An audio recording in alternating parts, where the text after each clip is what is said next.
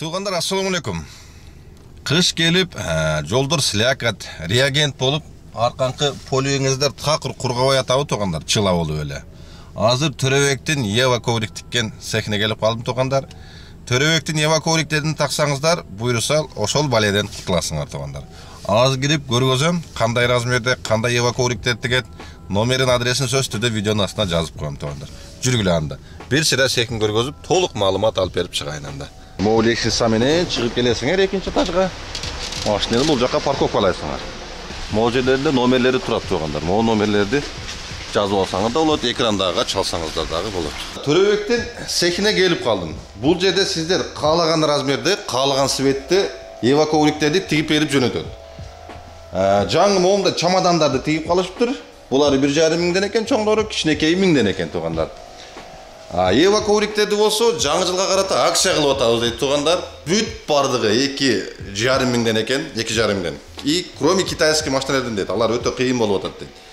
Кроме китайский минивенден башқасын бүт бардығын 2,5 миңден тигип берип жөнөтөбүз дейді туғандар. Где-то bir жарым сааттын ичинде тигип берип жөнөтөт экен. Келсеңиздер, заранее размерин айтып койсоңуздар да болот, өздөрүнүн рейкалардагы бар экен туғандар. Ева ковриктин жакшы жагы туғандар, мону карап туруңуздар. Азыр кышта бардыгыбыз кыйналып атпайбызбы? Канчалык деңгээлде монун ичине суу атат. Мон карап тургула. Азыр мынакей 1,5 литрден ашык суу атат, мон карагыла.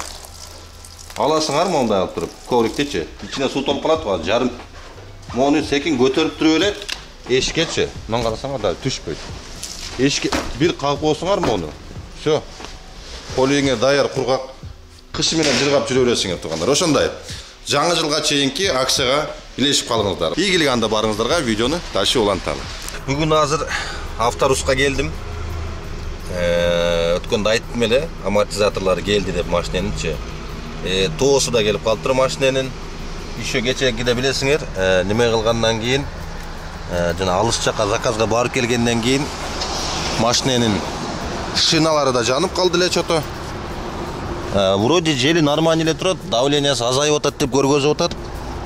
Менимче датчик давленияларынын бирөөсү иштебей калган окшойт да чото. Оң жагы вроде нормально эле турат. Но датчик. Ладно, буну ТОну кылдырып чыккандан кийин буйруса көргөзөбүз. Амортизаторлор келди. Азыр кирип сурап көрөбүз. Канчага коюп берет болду экен эми авторуста. Экөө 4 миңден 8 миң болду. Эгерде ушул баланын номери керек боло турган болсо, туганда Китайдан запчасттарды заказ кылып берет экен. Ваговский хоть любой телефон номерин экранга жазып коем тугандар. 15 күнүн ичинде келет экен. Бүт эле могул жерде жанагы аналоговый деп сатып аткан Mercedes-овский бүт штрих коддору бүт бардыгы менен могул жерде жазылуу. Иштетип салып көргөндөн кийин гана иштесе, анан кийин акчасын бересиңер тугандар. Ошондой. Бүгүн буйруса амортизаторларды азыр көрөбүз, канчага салып берет болду экен деген интересно болот тугандар. Акчасын сурап көрөбүз, эгерде через эле кымбат боло турган болсо, братан Кыргызстандан келейин деп калды, 26-сы келет. Ошо күнү алып барып салдырып келем. Эгерде арзаныраак боло турган болсо, бул жерден эле салдырам тугандар. Бүгүн көрөбүз. ТОсу анан кийин ушулары канча болот экен, замена амортизатору менен тугандар. Жүргүлө анда. Мына тугандар. Азыр полностью запчасттарын эсептетип чыктым. Эмнеси канча болот? Бүт баарын эсептетип чыгып, азыр өчүртүп күтүп отурам. Так, эки амортизатордун заменасы. Сейчас я здесь разгребу место, Форд затолкаю и примем машину. Хорошо, масло есть, Андрей, на улице? Так, почти 6,5 миң болот экен. Эки амортизатор задний заменасы 3250ден деди. Короче, каждый шундай экен. Масло алдым. Масло литри 1932 рубльдан болуп калыптыр. Общий болуп, короче, фильтр масляный канча болду? Фильтр масляный 3399 оригиналын эле алдым. Кышында жөн эле коюнчу деп. 1,5 миң экономдой эле коюнчу депчи. Общий болуп, короче, 21171 рубль болду. Анын ичинде азыр айтып берейин, эсебин. Замена эки амортизатор өзүндө бар. Замена масляный фильтр, замена жана картерный пробка, контейнер пробкасы где-то 227 рубльдей. Ушундай эле турат экен. Пробка деп коет экен. Ошол и масло. Воздушный фильтр нар жак бер жактары бүт жаңы өткөндөн алмаштырган. Фильтрлерин отдельно эле 21171 рубль токондар. Көрөбүз. Чыккандан кийин бүт скидывать этебиз. А то аркы вообще тарактап болуп калган да. Так, это остается, да, бумажки? Все.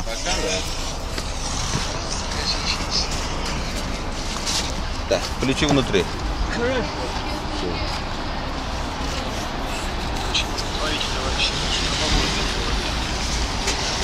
Детка, конфетка, давай.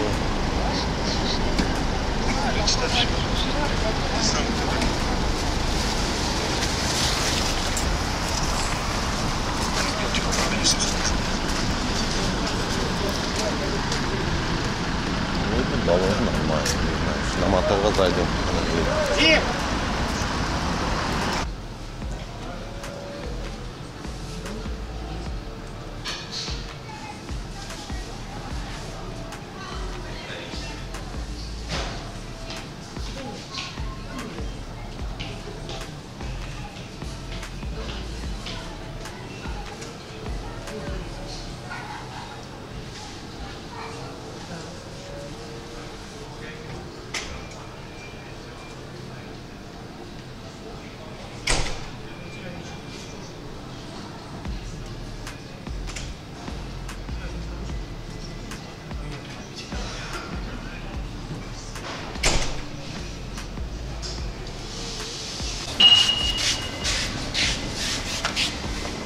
Загляну, аккуратно. Старые вам машину положите? Да? Там дохлые были, да? Проверили? Ну, они мокрые, все вытекли. Нет, да я тоже так думаю. Масло. Все. Они оба одинаковые. Блин, настолько было, да, масло? Ну да. Вытекло. Оно вытекает оттуда из-под сока. Да, они да. уже не работают. Понятно.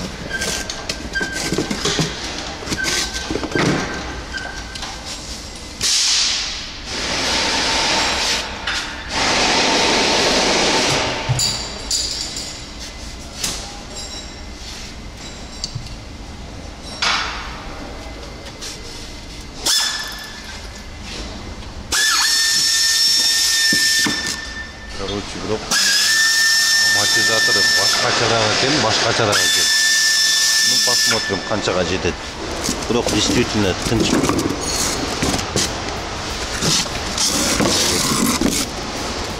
Карап койгула. Акыбал майы чыгып кеткен, даже кармаган эмес да жок. Вон майын чыккан. Немножко отличался эткен беткиден, бирок.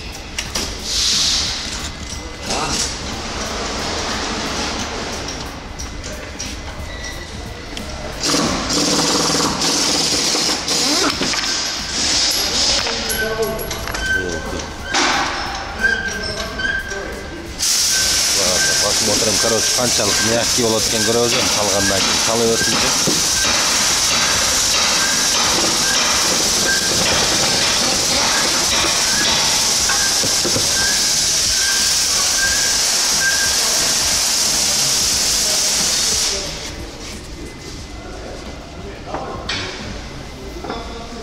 Так.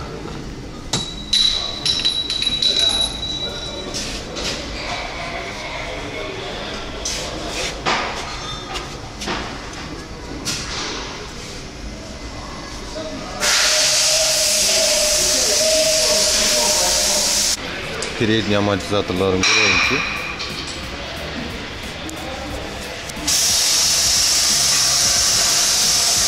Но вроде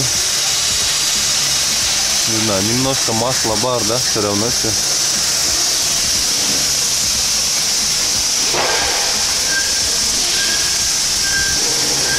Переднийлерин деле поезд келе баштаган окшойт дейм да. Biraz масло болуп калыптыр. Бир неме болсо убакыт болгондо переднийди да заказ кылып алмаштыртам мен.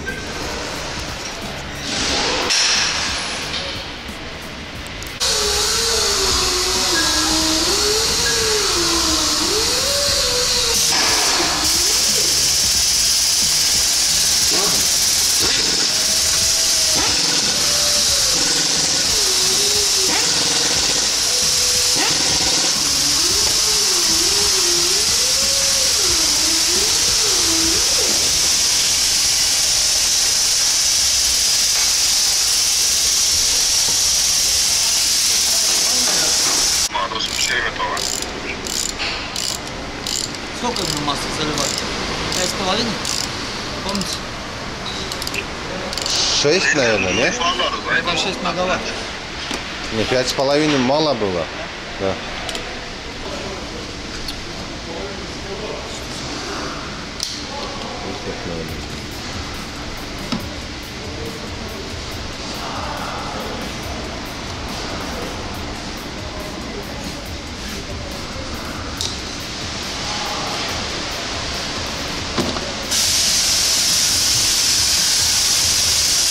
Здесь сколько?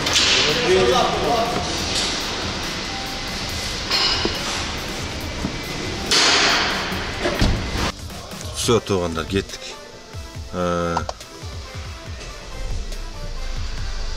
Жүрек тыншып қалды бір қилы. Общий. Короче, замена масладан кейін, амортизаторларын қойғандан кейін камерасы іштебей қалды. Что-то задний камерасы. Açılады, қайрелі жауылып қалады, қайрелі açılады, қайрелі жауылып қалады. Az görüşsünçü bir sıra. Amortizatorun қатырып атып, бір жерін тура емес қылып қойышқан, білбеймін. Так, вроде оңда қойдық дей. 2 минуттан аз көреді, заднийге салып көреді үшін неге мұндай болды, интересно.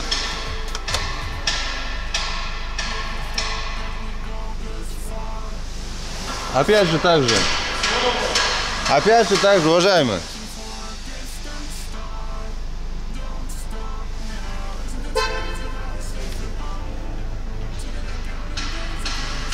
Onda oluyor çiğ kalıyor da zadniyge salganda ya, не знаю,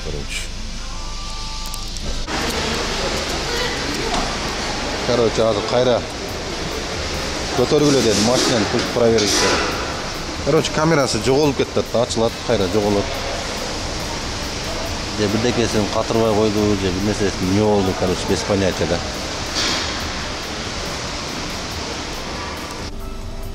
Короче, камерасы иштебей койду şu an. Авторус тушу менен желкем чукур көрсүнүш. Өзү жолки. Акчасы кымбат болсо да өзү дилерскийге барган жакшы да.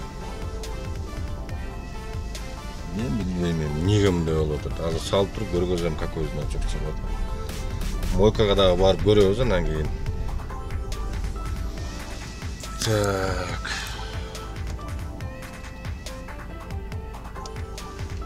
Так, мындай тема болуп атат да.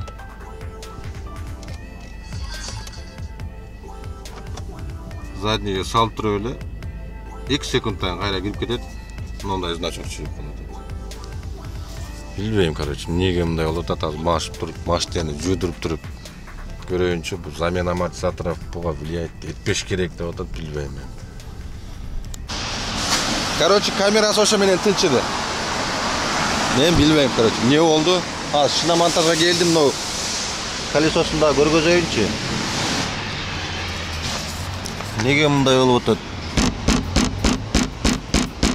Интересно, да? Мен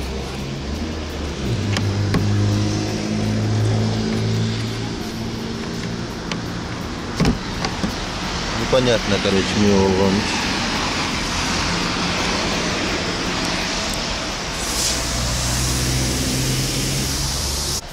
Все, тугандар, баллонду текшерттим азыр. Саморез кармаган турбайм, көрсөчү. Так. Саморез. Так, антифриз алып чыктым. Красный экен. Эми канча куюшту билбейм, эми азыр ачып туруп бир жарымын куюп көрөйүнчү. 1 жылдан бери 1,5 литр азайганды хотя бы.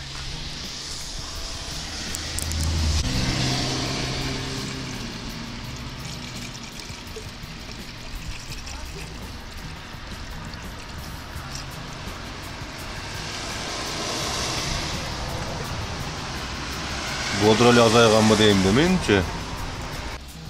Так, почти 1 литр кирип кетти го буга. Полный куюп сала берейинби. Эми көрүнүп калды го.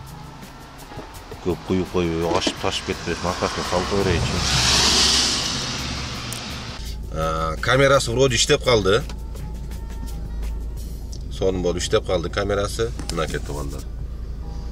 Neden bolup atkan bilbeyim. Oşo kırgız çağılı öyle akkumulyatorun besini mayt etip kayra neme kılıp koydum ele. Biroq oşo kum girip kalgan bu arkası kıçır olup götürülüp düşkende oşondoy olup atat. Именно ошол жерге барганда бузулуп ошентип калганын карабайсың ары. Машинеге очный контроль сурап калыптыр 2024-кө. Буюрса bir жуманын ичинде келип тапшыр дептир, bir жуманын ичинде барып тапшырабыз турганда очный контролдун. Меники эми гарантиялы өтөп болуш керек, эч жерине чийги жок, сыныгы жок. Көрөбүз эми анындагычы барып. Буюрса бүгүн эртеңден барып көрөбүз. Бүгүн ишти кылалы, эртеңден очный контролда өтүп келебиз тургандар. Бисмилла деп туруп линияга коебуз. Сону болуп коэффициент жанып атат. Пробка 6 балл экен.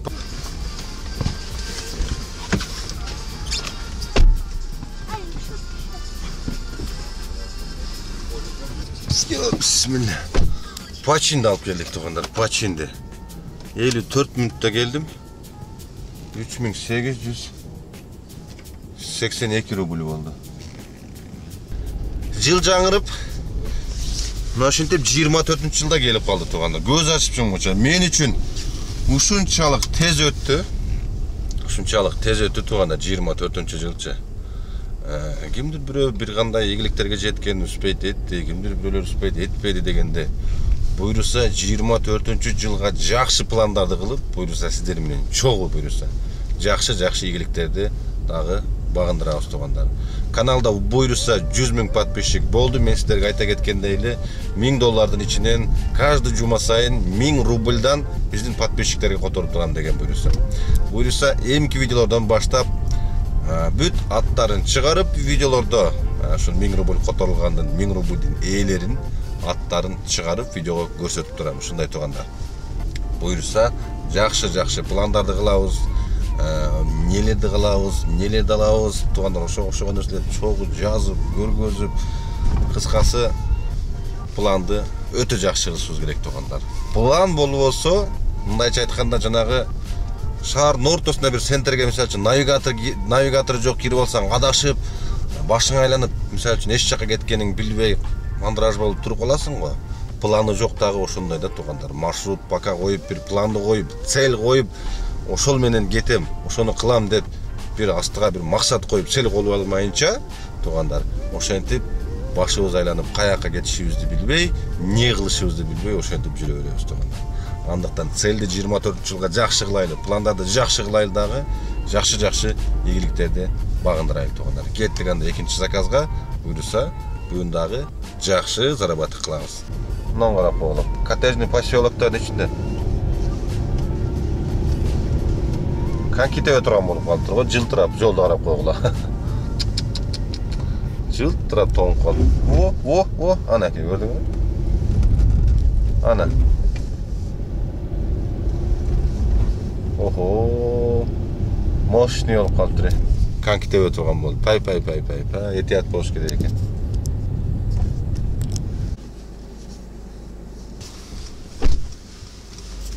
Экинчи заказды алып келдим тугандар Москвага. Ровно жарым саатта Рублевский шоссеге түштүм, 11-дан. 1875 рубль. Так. Мен каягымен ичип кетем эми.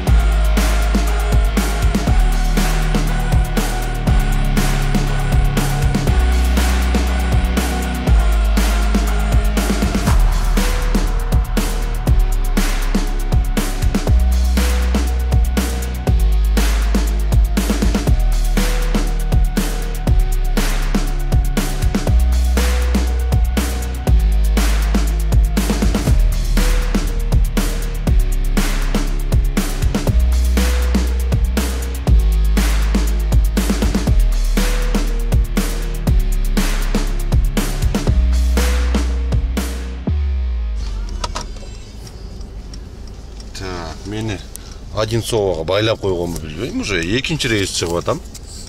Оңгоrak 41 мүнөттө. Чото бунусунда арзаныраак берип койду го. 2773 рубль дейт. Ладно, что скажу. Берип калам экен эми шаарга. Жана жакшы болду эле шаарга берип кал.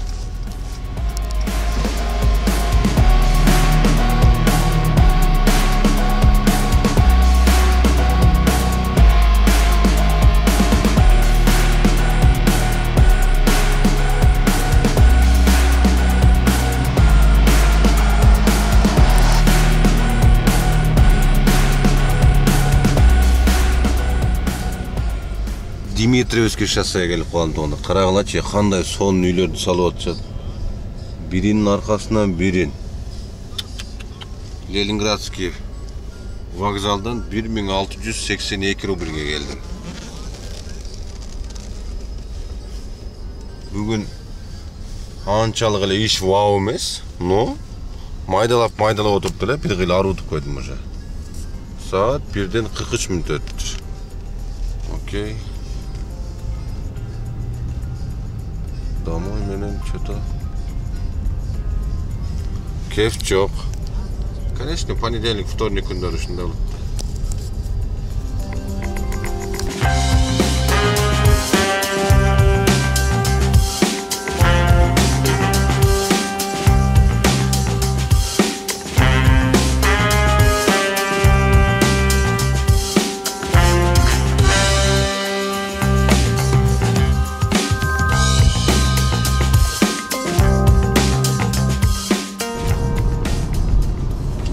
Тағалар қуып келеді жатып, арқадан секен қарап.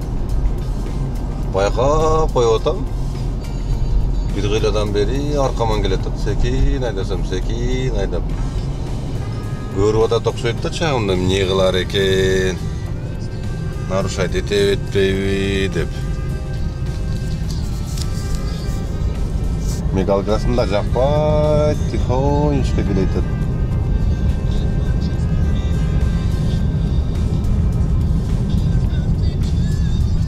Оларға келіп тұрды.